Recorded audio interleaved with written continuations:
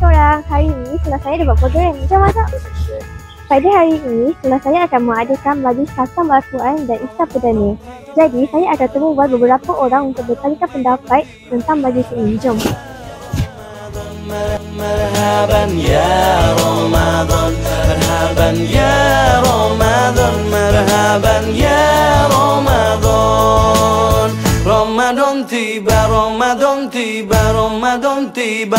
Marhaban ya Ramadan, marhaban ya Ramadan, marhaban ya Ramadan, marhaban ya Ramadan. Ramadan tiba, semua bahagia, tua dan muda bersuka cita.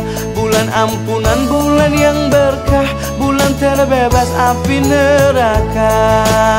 Andaikan saja Ramadan semua, bulan yang tiba, bulan yang ada. Karena besarnya setiap pahala yang dijanjikan kepada kita. Marhaban ya Ramadan, marhaban ya Ramadan, marhaban ya Ramadan, marhaban ya Ramadan.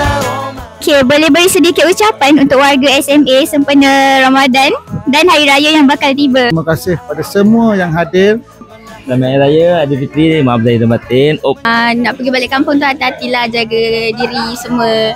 Ingat ibu bapa. Bersama-sama berzikir dan beribadah sepanjang 10 malam terakhir ini. Semoga SMA terus cemerlang dan berjaya di masa depan. Ucapkan terima kasihlah kepada pihak sekolah kerana menjemput saya. Tahniah sebab program hari ini berjaya. Lauk pun sedap-sedap, makan pun sedap-sedap.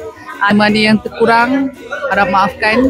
Mana-mana yang terlebih tu kita nikmati sama-sama. Terima kasih kepada semua warga SMK Munsyi Abdullah kerana telah menjayakan majlis iftar dan juga solat tarawih secara berjamaah. Selamat beramal di 10 malam terakhir dan seterusnya meraihkan kejayaan kita di Aidilfitri nanti. Ramadan tiba, Ramadan tiba, Ramadan tiba.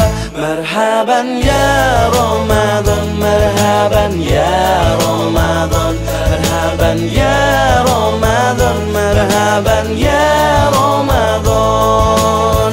Ramadan tiba, Ramadan tiba, Ramadan tiba. Kedua, apa pandangan kalian tentang program hari ini iaitu iftar Ramadan? Sebagai peserta saya seronok. Program ini sangat baik. Happening sebab ramai yang datang, yang tetamu istimewa pun yang dijemput pun hadir. Murid-murid pun memeriahkan dengan sangat ramai. Pada hari ini sangat baik dan perlu diteruskan pada masa-masa akan datang. Kan sebuah memori kepada kita orang, especially kita orang yang dah form 5 ni. Sangat meriah lah. Gembira lah dapat jumpa-jumpa dengan kawan-kawan semua. Saya sangat bermakna lah dan saya rasa program macam ni harus diteruskan pada masa-masa sekarang. Berjalan lancar, mendapat sambutan hangat daripada ibu bapa dan juga murid-murid, terutamanya murid Muslim lain. Sangat perlu diadakan. Pertama sekali adalah untuk mengukuhkan ukhuwah antara murid-murid, antara guru dan murid, ibu bapa dan guru, dan sesama warga sekolah. Hari-harinya pahala datang berlipat ganda, berlomba-lomba. Okay semua. Satu, dua, tiga. Selamat Hari Raya. Ramadan tiba, Ramadan tiba.